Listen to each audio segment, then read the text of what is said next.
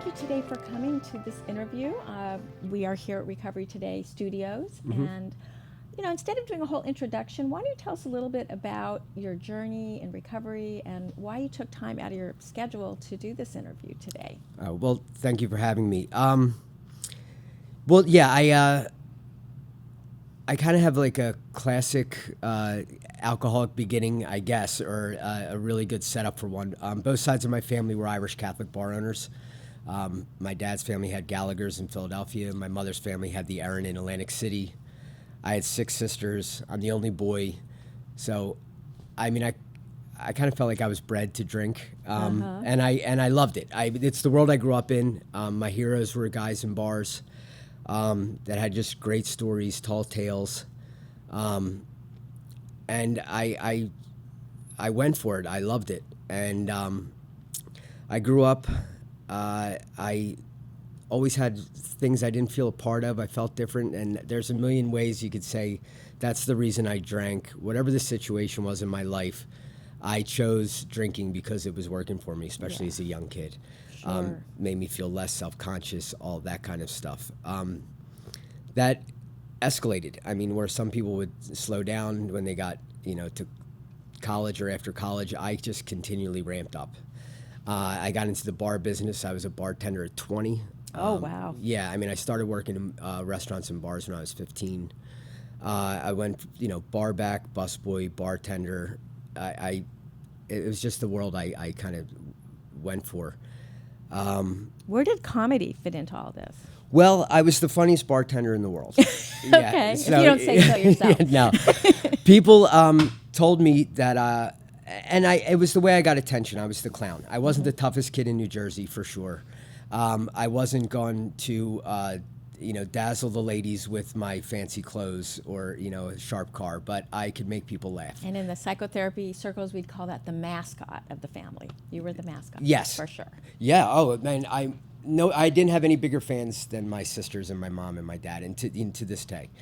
And like a good alcoholic, you love that validation and that Yes. acknowledgement and that of boys, right? Well, the one thing too is my dad was a widow, and so he married my mom, and they had 2 children, myself and my younger sister, and there was always tension there, and I was a great tension breaker, especially between my older sisters and my mom, who they get along amazing now, but there was a time when I was young. I remember friction. You can imagine like 5 teenage girls with a young mother with 2 young babies. I was the the bridge. mediator. Yeah, I could make everyone laugh. There'd be tension, and I would do something silly. Yeah. That was really where Your that go-to. started. Yes. Oh, it's a little tense in here. I better be a clown. Yes. Yes. And I got good at it. And then what happened was I was working in Arizona, and this is when drugs got into the picture. I avoided drugs. I was a, good Irish Catholic. You can drink all you want, don't do drugs. I had 2 cousins die from drug use during the AIDS years. And I was like, I'm not going to do drugs. And then I was bartending, and I did drugs. It's like, that was coming a point in my life when I was starting to have trouble driving because I was drinking so much, and I was living in Arizona. You had to drive everywhere. Well, the drugs probably kept you awake. That was the reason. Some people do drugs for drugs' sake. I did drugs so I could drink more. And then, of course, it becomes its own drug. The alcohol and the Coke or whatever you were using, or Yes. the crack, become the drug in itself. Yes. So you're always chasing that double dose high. I couldn't do one without the other. Yeah. And it was, I did Coke, and then it was speed. And that was ideal. And during that time, I had a friend who I talk about in the special, Kevin O. And he said, you have to do something with your life. Like, you're a funny guy. You have to do this or that. And he kind of pushed me, and I sent in a tape for a comedy contest. And I sent it on the radio on the last day, and I sent it into the radio station. I'm like, I've done something. Well, they contacted me, and I got into the Best of Phoenix contest. And I'd never done stand-up. That's amazing. Yeah. And so I got to perform in front of Judy Tenuti and, some people at the Improv. And that gave me the first taste of it. But I still wasn't done with, using. So it took me a few years to get back into comedy. And I got to New York, and I went to New York with the idea of like, I'm going to be a comedian, I'm going to do this and that and the other thing. And what I ended up doing was becoming a bartender who was unemployable at this point. I was the drunkest guy in the bar, and I was in charge of the bar. Oh. Yeah, I mean, falling down behind the well, missing, like I was pouring martinis and couldn't hit a martini glass, and that's a pretty, that's a pretty wide opening. That's not good. So it was actually a great story. It's exciting because a comedian, Jessica Curson, who just filmed her first hour special this week. She's amazing. But this was back in 2001. I did a show for her that she was producing at that time at the Gotham Comedy Club. And I went from going up second to they pushed me back to like eighth. Well, that was just enough time for me to get into a blackout. So I don't remember being on stage. I don't remember what I said. 2 days later or a week later, it may have been, I was in a rehab. While I was in the rehab, Jessica called and said, "You had a great set the other night. There's a new comedy club opening up. They're looking for new comics to be So were regulars." you in fear that you couldn't do it sober? I was a little bit. I was physically addicted at that point. I couldn't. People would say at the bar, "You have the shakes worse than the old guys." Like at that point, I couldn't. I was a morning drinker. I had been morning drinking for 15 years at that point. Oh my goodness. So, or well, let's see, if I was 30 for about 12 years. Yeah. So, not drinking wasn't an option at that point. I would. I remember the 3 or 4 or 5 days that I didn't drink in those few years, and they were painful and uncomfortable, and that was not a good time to be around me. So I was scared to do anything without drinking. Right. But then I had a suicide attempt. I couldn't work. My body was falling apart. I was in rehab. They told me I had, fatty liver enzymes, the beginning of cirrhosis, which is something my uncle died of. So that scared you. That scared me. And one of the gifts was my cousin came. He was sober for, at that time, a dozen years. And I didn't know. Yeah. And I also didn't know what kind of history my family had with alcoholism. It was like a big secret. He started rattling off all the people in our family who had died or, were recovering. Yeah. And it gave me hope. I met a comedian in rehab named Mike DiStefano, who's since passed away. He said, "When you get out of rehab, if you want to do comedy, contact me. I live in the Bronx." So I got out of rehab. Within a week, I contacted him. I contacted the comedy club that was looking for new, fired-up comedians, and I started performing 300 times a year. So did you use your story, your recovery story, in your comedy? At first, I didn't. I talked a little bit about it. It's actually a weird thing. There's a lot of comedians, and you'll see a lot of people talking, and they use alcoholism or drug addiction as a joke or as a tool. It's like a prop. Yeah. And it was real for me. So, and I actually had a little bit of like resentment against people talking about, I'm an alcoholic. And I'm like, you're not an alcoholic. You know what I mean? Right. So I didn't. And I would pepper little things in there. I would say things once in a while, but I really tried to just focus on being a stand-up comedian.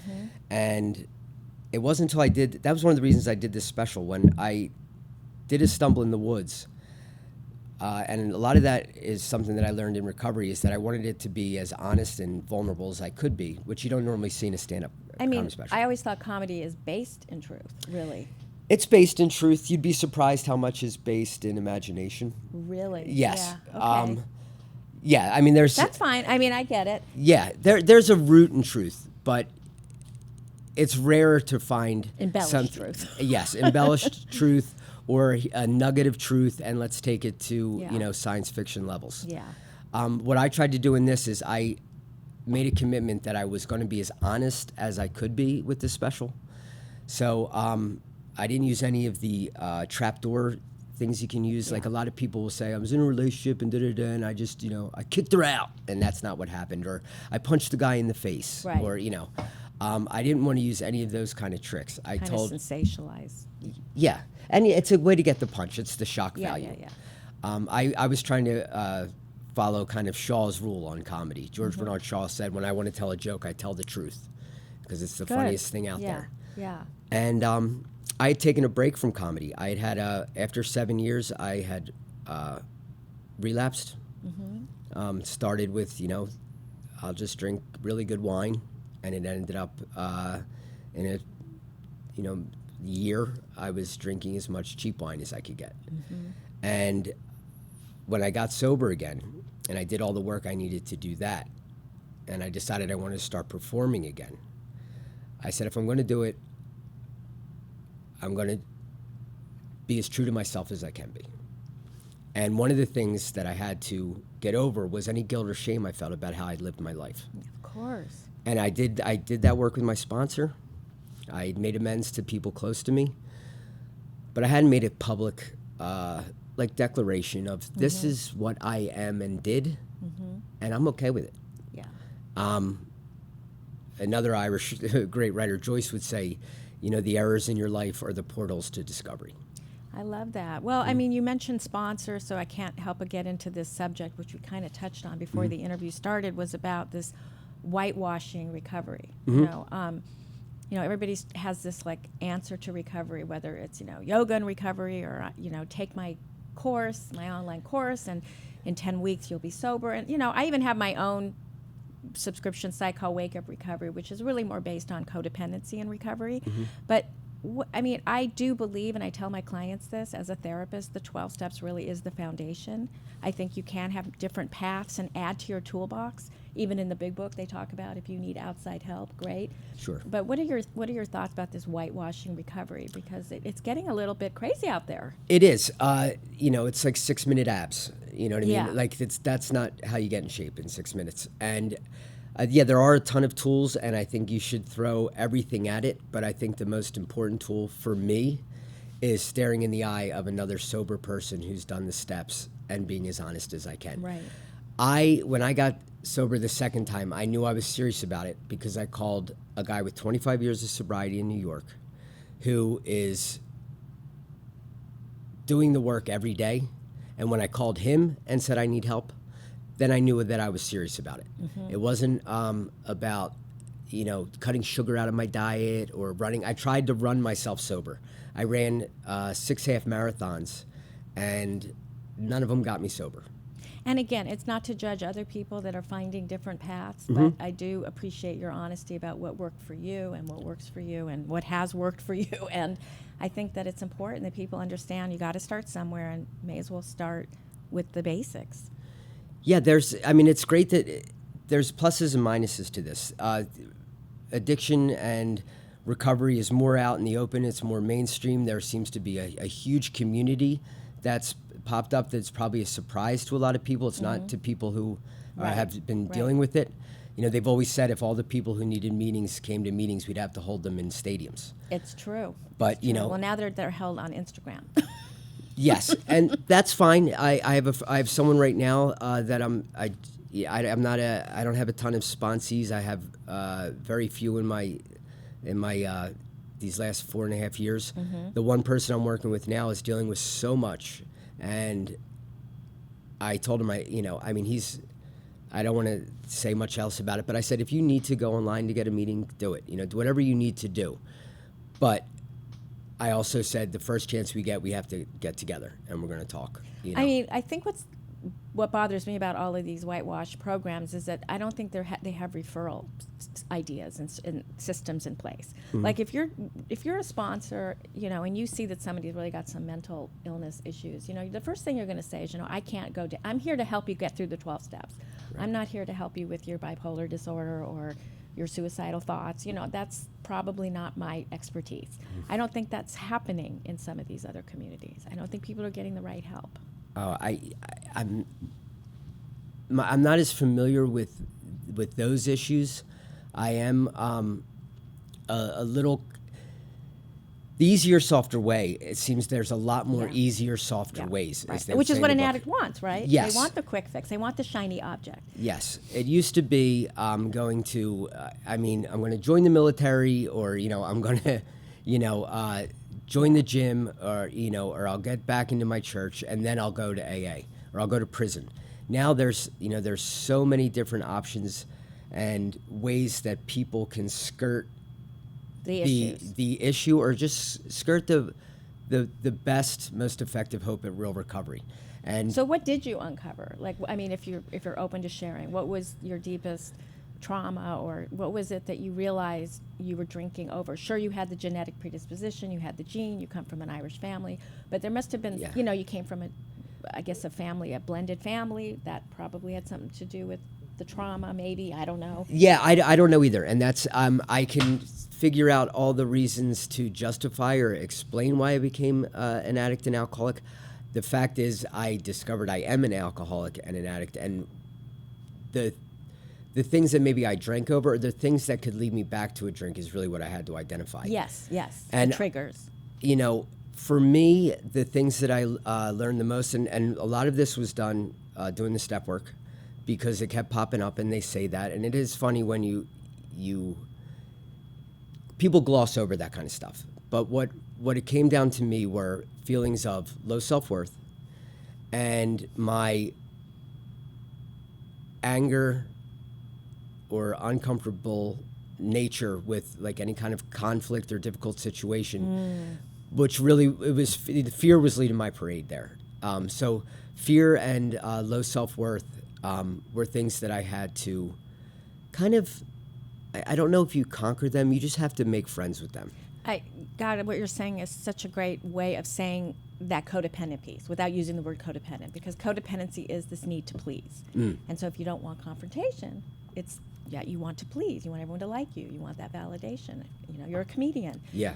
Inside. So how you're right. We don't really, our true nature is our true nature, but you're right. You just kind of like lean into it. And you go, there it is again. Oh, there it is. I want that, that a boy, or I don't want to deal with that, that communication thing here. Right. And then you just kind of do it anyway, or, work through it. That's taken a lot of work with me. And good for you I've for added identifying meditation. it. Yeah, I added meditation. The year ramping up to doing the special, I started meditating again. And with that, there was one, Sarah Bondin, Live Awake, she does meditations, and there was one that she did that really helped me. It was one of those moments where I went like this. She was talking about being afraid of the dark. And she's like, sometimes you have to reach into the dark. There's interesting stuff there. Oh, I love that. And that stuck with me. And also the ideas of when you're scared, it's your body telling you that this is important. When your heart gets clutched, it's not an indication to be scared or run. It's saying this is important. And that's what was happening. There was things that were popping up in my life that would lead me to drink. When I relapsed, a lot of that had to be with fear of being a grown-up. I was married now. My wife wanted to have kids. Yeah. I was either going to have to go on the road, which I don't like being on the road, and I don't like being with, a large number of comedians. That are partying. They're partying. And it's easy to say, I'm not going to do that. But you spend 12 weekends in a row with a hotel room with someone who's partying, and they're your boss. Yeah. That's a dangerous place to be. Very. I was scared of doing that. I was scared of being a dad. I was scared of being a husband, living up to my dad's. My dad was, great, and he was a great provider. All those fears, instead of, at the time, I didn't have what it takes, largely because when I left New York and came to LA, I drifted away. Yeah. I made a few phone calls to New York. Yeah. I found I made a terrible decision that I'm a grown-up now. I won't do that again. Yeah. And it sounds insane until your head's saying it to you. Yeah. And it led me back to a drink. And when I got sober again, I had to say, I'm throwing myself back into this community. I'm going to tell people that I don't know and I didn't, they weren't my original crew that I had gotten sober with. I'm going to tell new people my story. I'm going to... And what's different now? Like, what's different in terms of your marriage? I know you're a dad. Yeah. Like, what is the greatest miracle of this new sobriety? Oh, and telling on yourself. There's so much. I have an amazing relationship with my wife. Aw. She She knew me when I was using when I was young. She knew me when I got sober the first time. It's when we started dating. It's when we fell in love. She saw that I slipped back into drinking, and she never gave up on me. But she, I had to. She had boundaries. She did, and I've tried to make a living amends to that because there was times where like she was scared I was driving home at night. All those little things. The thing is now that my kids don't know me as someone who drinks or someone that has arguments with mom. I've been there. I've kind of structured my life in a way that I was with my kids every day till they went. This was the year that I started performing again because both my kids are in school. But they say You're the first kind of a stay-home dad. Yeah, Somewhat. I was working in restaurants again, which was perfect for me. Before I had kids, I was managing a restaurant, and I was not really performing. But I found a way to work close to home, make enough money to pay the bills. And So that brings me to another question, another subject, because we want to instill hope here on this interview. So you're a comedian, but there's a plan A and a plan B. Like you just don't, I'm going to be rich and famous. Like you are a responsible person. You show up because you have to make a living, take care of your family, and you have comedy. Like it doesn't have to be one or the other, correct? No, it doesn't. And that was another thing that I revealed about myself. I used to feel bad that I didn't have grand, larger than life dreams and desires. And I'm okay with that now. Like what brings me happiness isn't going to be a gigantic house and a really fancy car that looks like a superhero movie. And that's fleeting anyway. Right. And I felt like that was what for a little while I was chasing that, even though I didn't know why. And what I found is that what really brings me happiness is to have a happy home. I have 2 kids that if I sit down on the couch for more than 3 minutes, one or both of them is going to cuddle up to me like a puppy. Like they feel safe with me. They come to me. They ask me questions. That's living. It is. It really is. Well, we live in LA. It's kind of like the utopia.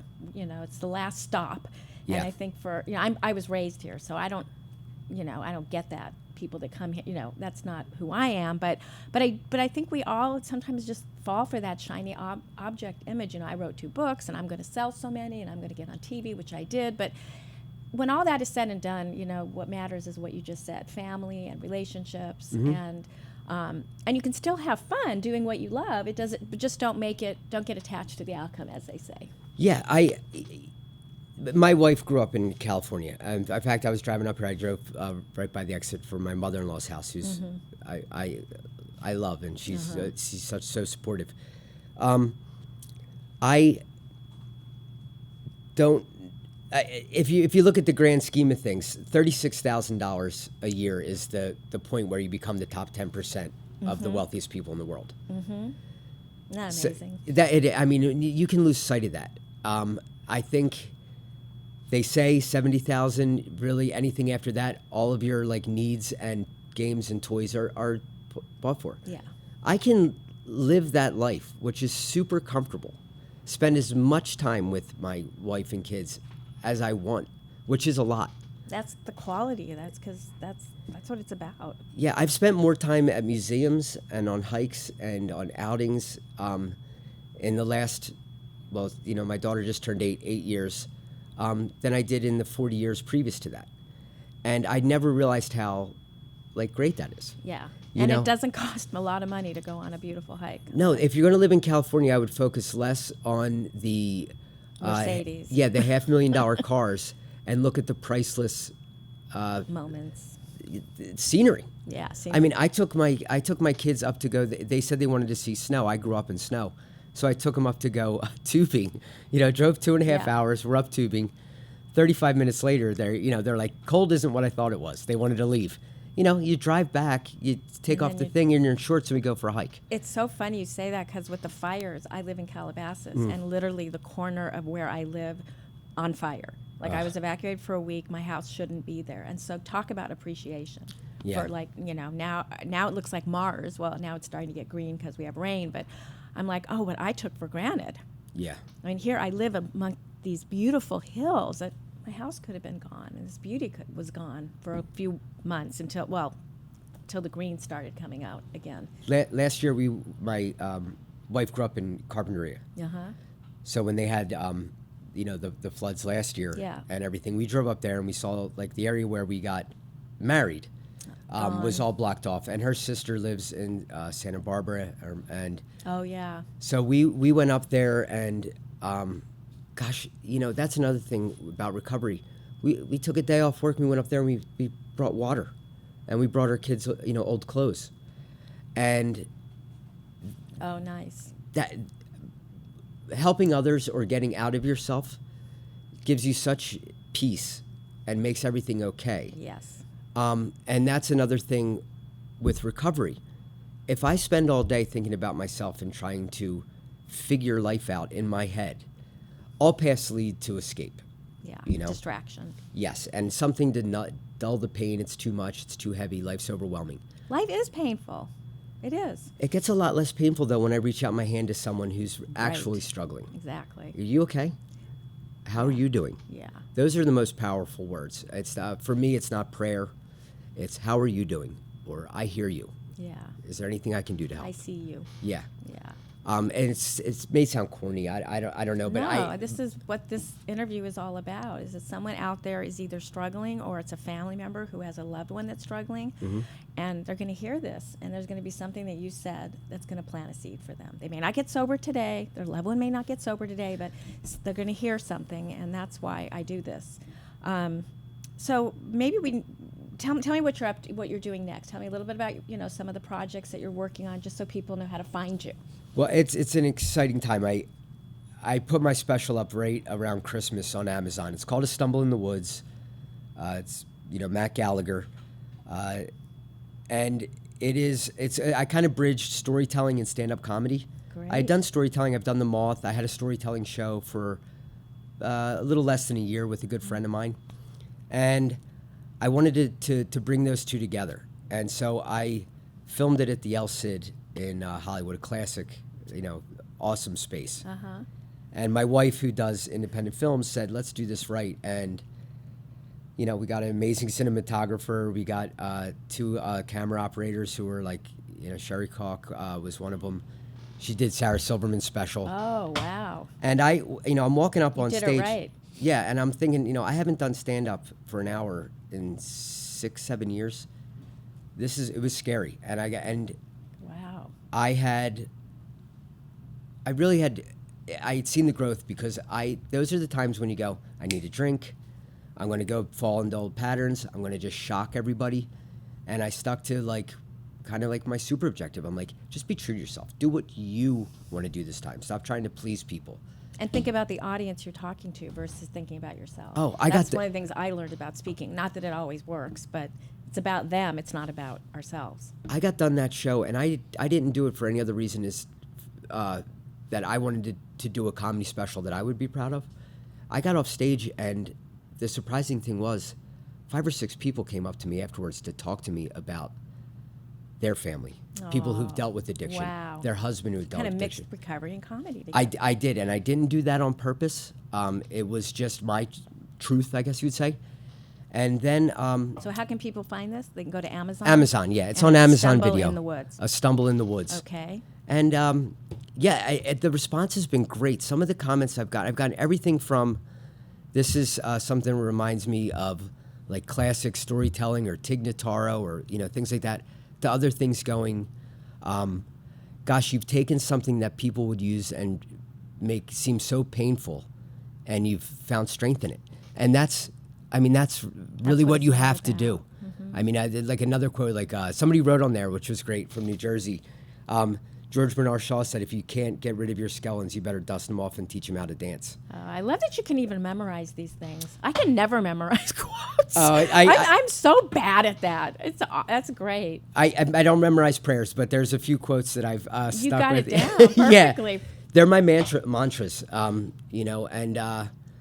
here's another one that I just wrote to my wife for Christmas. This is my new favorite quote. It's Lao Tzu, I think it is. And he said, if you are loved by someone completely, you will gain strength. if you love someone completely, you will find courage. Oh, wow. That's beautiful. Yeah. That's beautiful. I love your definition of love. I mean, I love that definition of love because it's so funny that you said that because people interview me sometimes for my books and they ask me, what is love to you? And I don't know. God definitely channeled through me. And I said, and it kind of reminds me of what you just said. I said, it's the embodiment of giving and receiving. Yeah. That's kind of what you just said. I'm like, that's pretty wise stuff. I've given up the arrogance of thinking I can figure stuff out, and I find whether you find it with people who have more time than you, what they did, or you find it from people who've thought about it longer and harder than you can find answers, or you can find like a path, or even if it's just like a piece of light. You know what I mean? Yeah. And I've just through practice, it's getting better. I have way more good days than bad days. Great. It's such a good deal for me to be sober. Is there anything you'd like to say as we close this interview, like how people can find you or I mean, you've given us lots of hope and inspiration. Is there anything else? I mean, it's M Gallagher Comic is like my Instagram. There's mostly pictures of my kids, but yeah, my Facebook, Matt Gallagher Comedy. I have the Facebook page. You can follow it. I've just started performing again. I did the Comedy Store for the first time in 7 years recently. And you have to tell me when you're there again. I'd love to check you out. Okay, I will. My boyfriend, and because we've never done the comedy thing, and I think that'd be a fun date. You know, they said comedy was dead, and it's not the case. It's really making a comeback. And what gives me hope is that there's all different styles and forms coming out, and there's a space for me. And that is, for me, that's you know, I'm trying to be honest and funny at the same time, or taking things that maybe seem uncomfortable and making it comfortable. And comedy is the root of everything. I mean, as far as it makes people happy, it makes people smile, and if you can take something as dark as addiction and make it funny, yay. Yeah, I'm going to be at the Improv. I'm going to check out the Sober Guy is doing a show at the Improv on the 20th, and that's like another case where you know you can only be serious about it. You can be serious about it, but it doesn't mean you can't have fun. Right. And so I'm going to go, meet him, see other people who are in recovery and need a good laugh. We all need a good laugh. And you never know where these journeys take you. Like here you are right now, sitting here with me. So thank you. Yeah, thank you. Thank you for coming. And I always give hugs at the end of my interviews. Perfect. I was going to ask. Okay, thank you, Matt. Thank you so much.